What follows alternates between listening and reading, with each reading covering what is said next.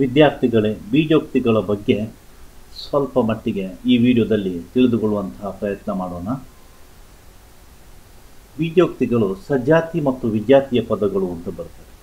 ಇದು ನಮಗೆ ಮುಂದಕ್ಕೆ ಸಂಕಲನ ಮಾಡುವಾಗ ಇರ್ಬೋದು, ವ್ಯವಕರಣ ಮಾಡುವಾಗ ಇರ್ಬೋದು, ಮುಂದಕ್ಕೆ ತುಂಬ ಉಪಯುಕ್ತವಾದದ್ದು. ಅಲ್ಲಿ ನಮಗೆ ಸಜಾತಿಯ ಪದಗಳು ಮತ್ತು ವಿಜಾತಿಯ ಪದಗಳು ಅನ್ನುವಂತಹ ವಿಷಯ ನಮಗೆ ಖಂಡಿತವಾಗಿ ಗೊತ್ತಿರಲೇಬೇಕು.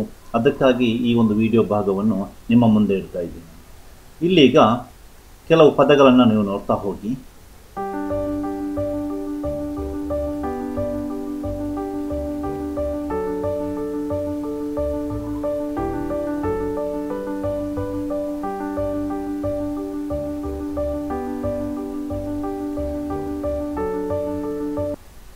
ಈ ಪದಗಳನ್ನು ಗಮನಿಸಿದಾಗ ಎಕ್ಸ್ ವರ್ಗ ಇದೆ, ವೈ ಇದೆ, ಎಕ್ಸ್ ವೈ ಇದೆ, ಎಕ್ಸ್ ಇದೆ, ಮೈನಸ್ ಎಕ್ಸ್ ಘಾತ 3 ಇದೆ.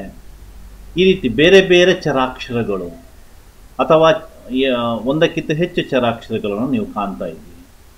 ಇವುಗಳು ಒಂದೇ ರೀತಿ ಇಲ್ಲ, ಚರಾಕ್ಷರಗಳು ಅಥವಾ ಚರಪದಗಳು ಒಂದೇ ರೀತಿ ಇಲ್ಲ. ಇವುಗಳನ್ನು ನಾವು ವಿಜಾತಿಯ ಪದಗಳು ಅಂತ ಕರಿತೀವಿ. ಹಾಗಾದರೆ ಸಜಾತಿಯ ಪದಗಳು ಅಂದರೆ ಏನು? ಸಜಾತಿಯ ಪದಗಳು ಅಂದಾಗ ಮುಂದಕ್ಕೆ ನೀವು ಗಮನಿಸ್ತಾ ಹೋಗಿ.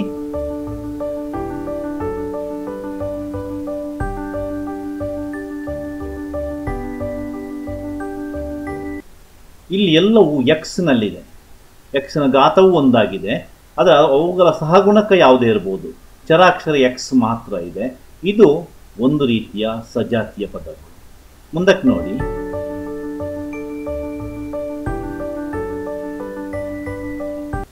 ಈಗ ನೀವೇ ಹೇಳ್ಬೋದು, ಇವೆಲ್ಲ ಎಕ್ಸ್ ವರ್ಗದಲ್ಲಿದೆ, ಅಂದರೆ ಘಾತ 2ರಲ್ಲಿದೆ. ಆಗ ಎಕ್ಸ್ ಮತ್ತು ಎಕ್ಸ್ ಘಾತ 2 ಅದು ಒಂದೇ ಜಾತಿ ಅಲ್ಲ, ಜಾತಿ ಬೇರೆ ಬೇರೆ, ವಿಜಾತಿ ಆಗ್ತದೆ.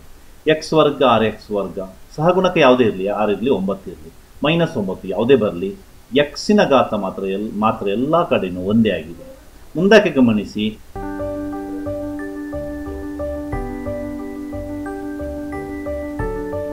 ಈ ಒಂದು ಗುಂಪಿನಲ್ಲಿ ಎಲ್ಲ ಚರಾಕ್ಷರಗಳು ವೈ ಆಗಿದೆ. ವೈಯ ಘಾತ ಒಂದೇ ಆಗಿದೆ, ಎಲ್ಲ ವೈ ಆಗಿದೆ. ಇದು ಒಂದು ಜಾತಿಯ ಪದಗಳಾಗಿವೆ.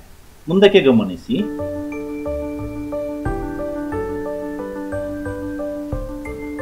ಈ ಎಲ್ಲ ಪದಗಳು ಎಕ್ಸ್ ಘಾತ 3ರಲ್ಲಿದೆ.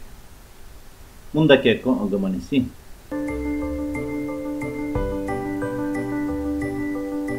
ಇವೆಲ್ಲ ಎಕ್ಸ್ ವೈ ಚರಪದಗಳನ್ನು ಹೊಂದಿದೆ.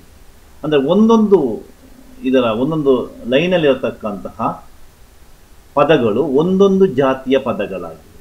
ಅಂದರೆ ಅವುಗಳು ಒಟ್ಟಾಗಿ ಸಜಾತಿಯ ಪದಗಳು ಅಂತ ಕರೀಬೋದು. ಅಂದರೆ ಇವುಗಳು ಮಾತ್ರ ಸಜಾತಿಯ ಪದಗಳು. ಇವೆಲ್ಲ ಒಟ್ಟಾಗಿ ಈ ಗೆರೆಯನ್ನು ನಾವು ಈ ಲೈನನ್ನು ತಗೊಂಡ್ರೆ ವಿಜಾತಿ ಆಗುತ್ತೆ. ಅಡ್ಡಕ್ಕಿರತಕ್ಕಂತಹ ಸಾಲುಗಳನ್ನು ತೆಗೆದುಕೊಂಡಾಗ ಮಾತ್ರ ಅವುಗಳು ಅಡ್ಡ ಸಾಲುಗಳು, ಪ್ರತಿಯೊಂದು ಸಾಲುಗಳು ಸಜಾತಿಯ ಪದಗಳಾಗಿವೆ. ಅದಕ್ಕಾಗಿ ಒಂದೇ ಬಣ್ಣವನ್ನು ತೋರಿಸಲಾಗಿದೆ.